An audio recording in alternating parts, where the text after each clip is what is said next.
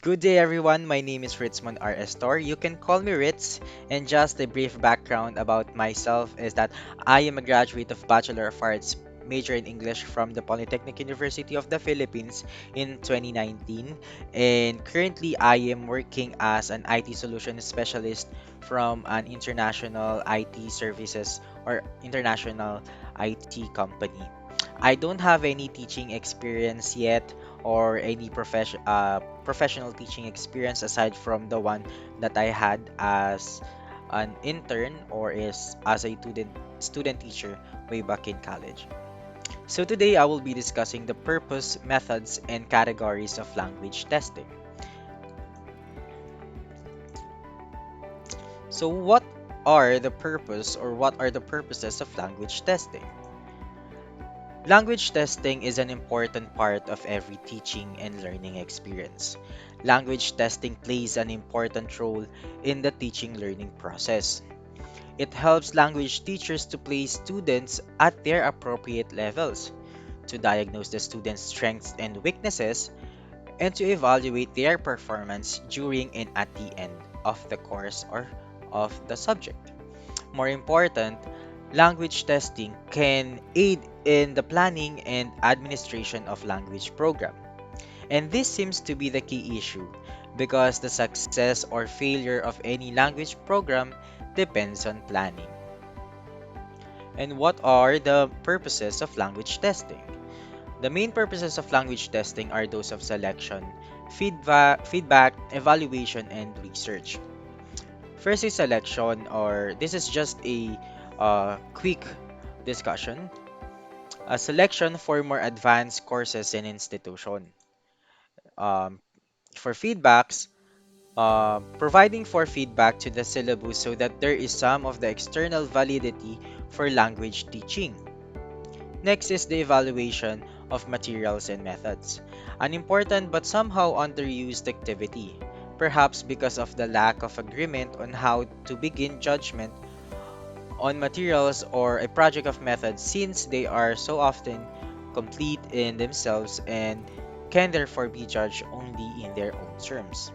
And lastly is experimentation or research, where it is normal for measurement to be made during the experiment or research and for further testing of a more specific kind to be carried out after the research is over or the research process is over in order to determine how meaningful, significant the results are. Next is the importance of testing. And there are two ways or there are two importance of language testing. First is it helps the students learning English. First of all, such tests can help increase positive attitudes toward your class or in our class. In the interest of motivation and efficient instruction, we teachers almost universally aim at providing positive classroom experiences for our students. And there are some important ways that testing and can contribute to this aim. One is that um, one that applies in nearly every class is a sense of accomplishment.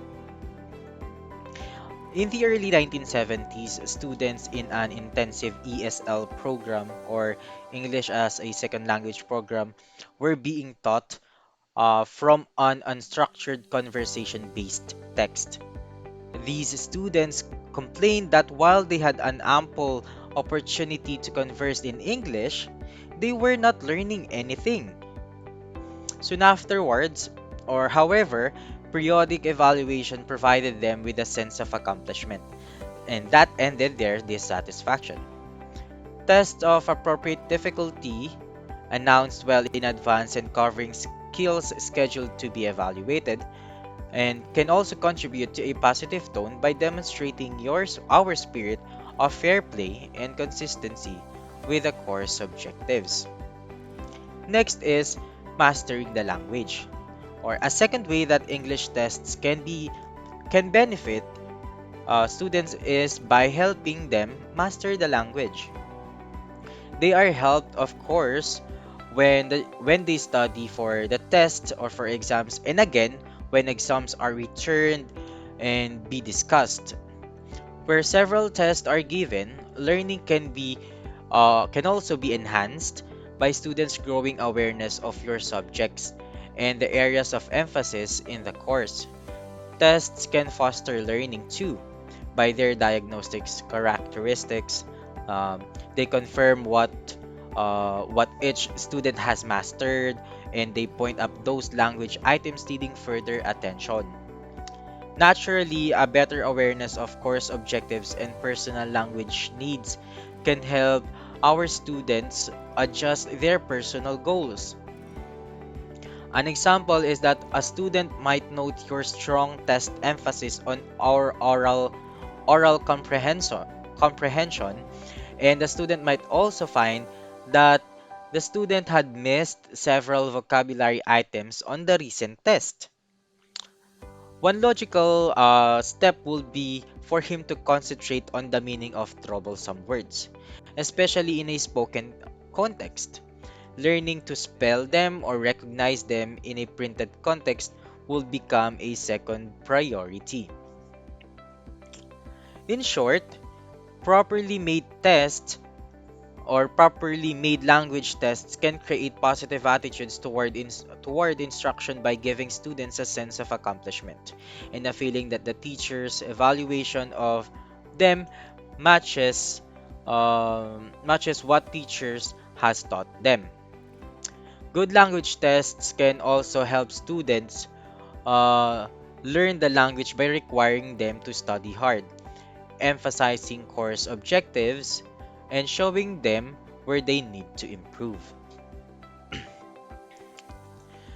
Another importance of language testing is it helps the teachers of English. It doesn't only help the students, but it also helps the teachers of English. We who teach English as a second language or as an ESL teachers, um, we are generally expected to be accountable for the results of our instruction. Our test can help us answer questions like: have I been effective in my teaching?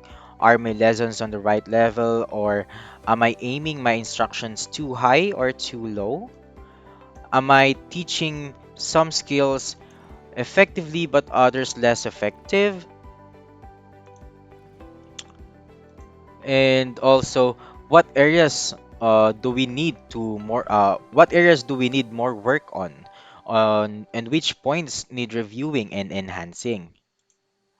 Should I spend more or less on these materials with next year's students? So basically, our test can help us identify many things that can help the students and also us teachers. We may identify if we are teaching on an unbalanced way. So, and we can also identify if we are focusing or emphasizing just one skill and the others is and other skills are being overshadowed. So the our test can also show and help us identify those kind of things. And test can provide insights into ways that we can improve the evaluation process itself. And were the test instructions clear? Was everyone able to finish in the allotted time? Did the test cause unnecessary anxiety or resentment? Did the test results reflect accurately how my students have been responding in class and in their assigned work? Tests then can benefit students, teachers, and even administrators by confirming progress that has been made and showing how we can best redirect our future efforts. In addition, good tests can sustain or enhance class morale and aid learning. If you do have any questions regarding the importance and the purpose of language testing, and also if you have any sharing about the importance and the purpose of language testing, feel free to comment it on our comment section or in the chat box. Next is the approaches to language testing, and there are four approach to language testing: discrete point testing approach, integrative testing approach, communicative testing approach, and performance testing approach. So I will be just briefly discussing each of it because I think this is a part of others. This is a part of the topic of other reporters. So let's get to the first approach, which is the discrete point testing approach. Discrete point tests are constructed on the assumption that language can be divided into its components, or components parts, and those parts can be tested successfully. Uh, the components are the skills of listening, speaking, reading, writing, and various unit of language. Language of phonology, morphology, lexicon, and syntax. Discrete point tests aims to achieve high reliability factor by testing a large number of discrete items, but each question tests only one linguistic point. Next is the integrative testing approach. According to Euler in 1983, if discrete items take language skill apart, integrative tests put it back together, whereas discrete items attempt to test knowledge of language a bit at a time. Integrative tests attempt to assess a learner's capacity to use many bits all at the same time. According to Ware in 1990, the fact that discrete point and integrative testing only provided a measure of the candidate's or student's competence rather than measuring the student's performance brought about the need for communicative language testing.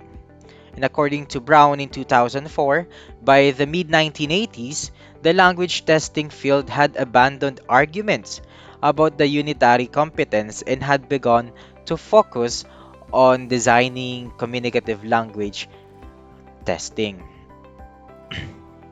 This approach or integrative testing approach involves uh, this approach involves the testing of language context and is thus concerned primarily with meaning and the total communicative effect of the of discourse.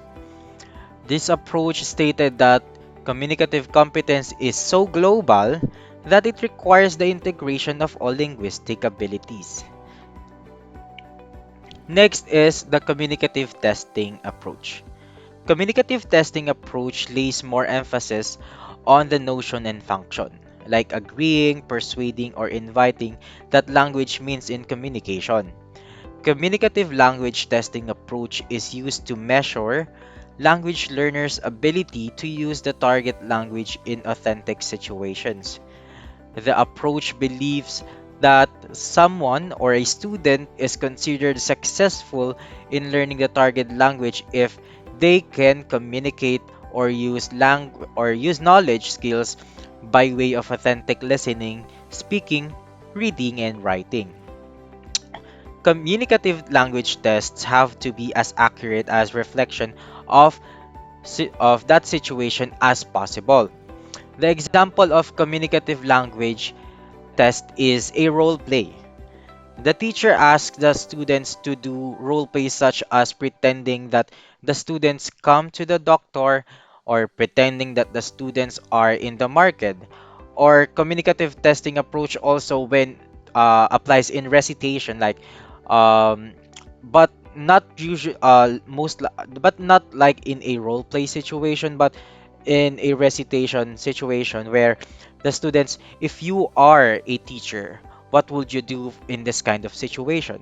That is an example of communicative testing approach by letting the students pretend to be something or someone. Next is the performance testing approach. Any assessment can be considered a type of performance when a student is placed in some context and asked to show what they know or can do in that context. Performance based assessment believes that the students will learn the best when they are given a chance to perform and show what they know according to their own plan.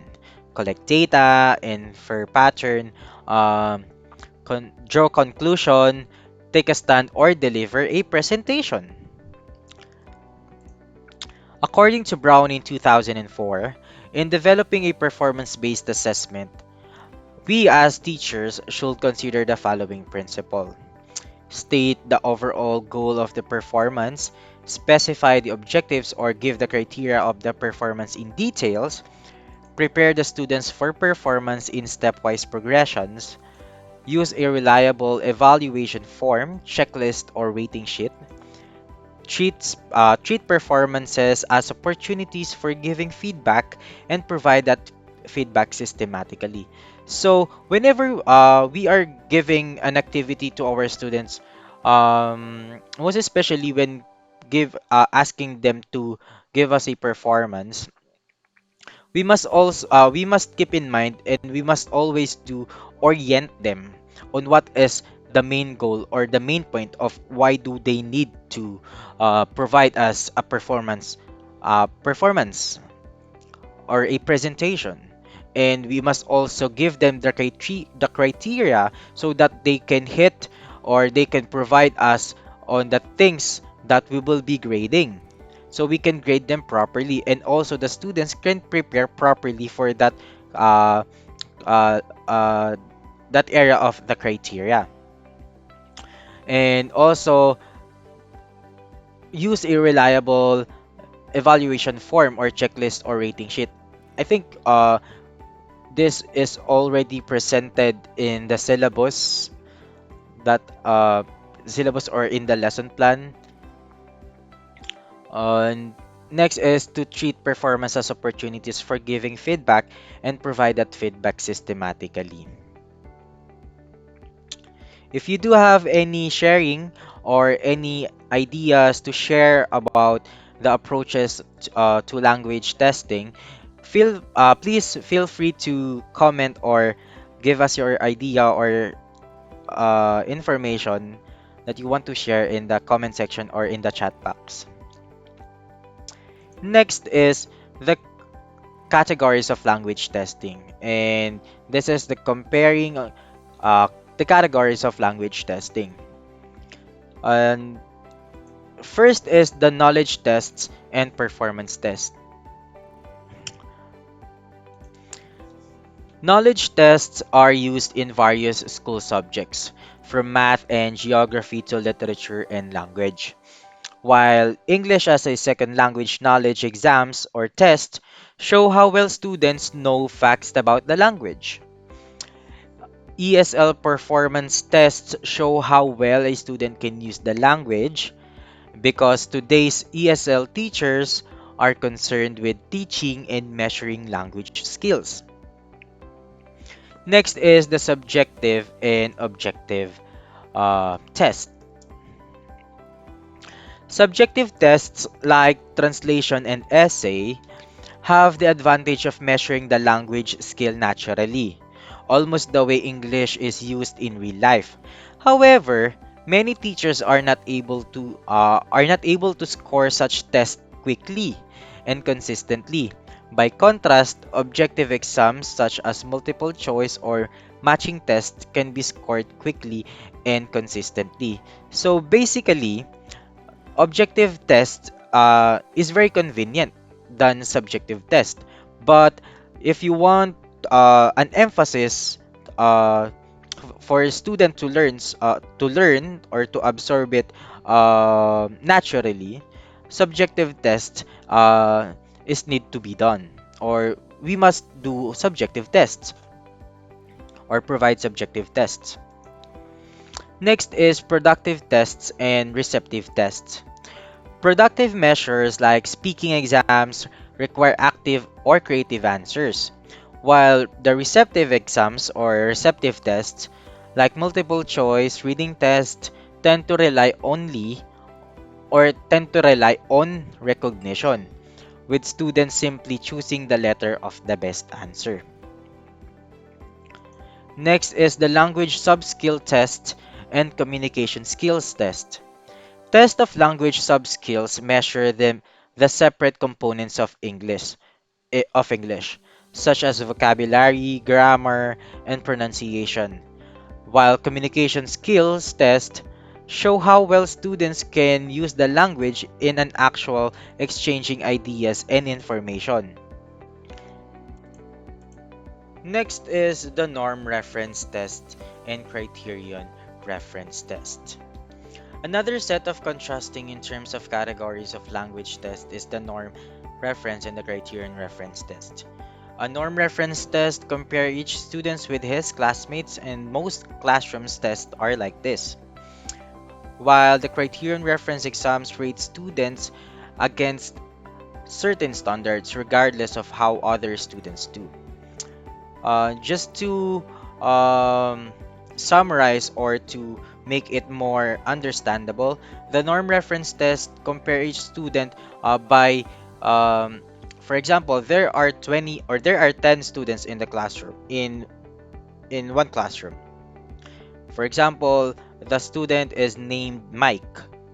Mike placed first Mike placed first in the exam, but the criterion reference exams does not provide is different from the norm reference test because the criterion reference exam focuses on the grade or the result of the test of the student. For example, there is 100 items on the exam and the student Mike got a score of 95. So the percentage of Mike is the pers- the the results of the criterion reference test is Mike got 95 out of 100, while the norm reference test is that Mike placed first out of 10 students. Next is the discrete point test and integrative test. Another pair of categories is that the discrete point and integrative test. Discrete point test, each item each item tests something very specific such as preposition or a vocabulary item. While integrative tests are those like dictation that combines various language subskills much the way we do when we communicate in real life. Next is the proficiency test and achievement test. Proficiency test can measure overall mastery of English or how well prepared one is to use English in a particular setting. While achievement tests, on the other hand, simply measure progress. Gains, for example, in master of count, non-count noun, use or mastery of the skills presented in an entire language or course. And I think that's all for me. Thank you for listening. And if you have any sharing or any ideas to share regarding the topic that I have run through, please feel free to share it after this video has been played, and also you can share it on the comment section or in the chat box. I will also provide a copy of the resources that I have used and also provide the links that I have used as my resources.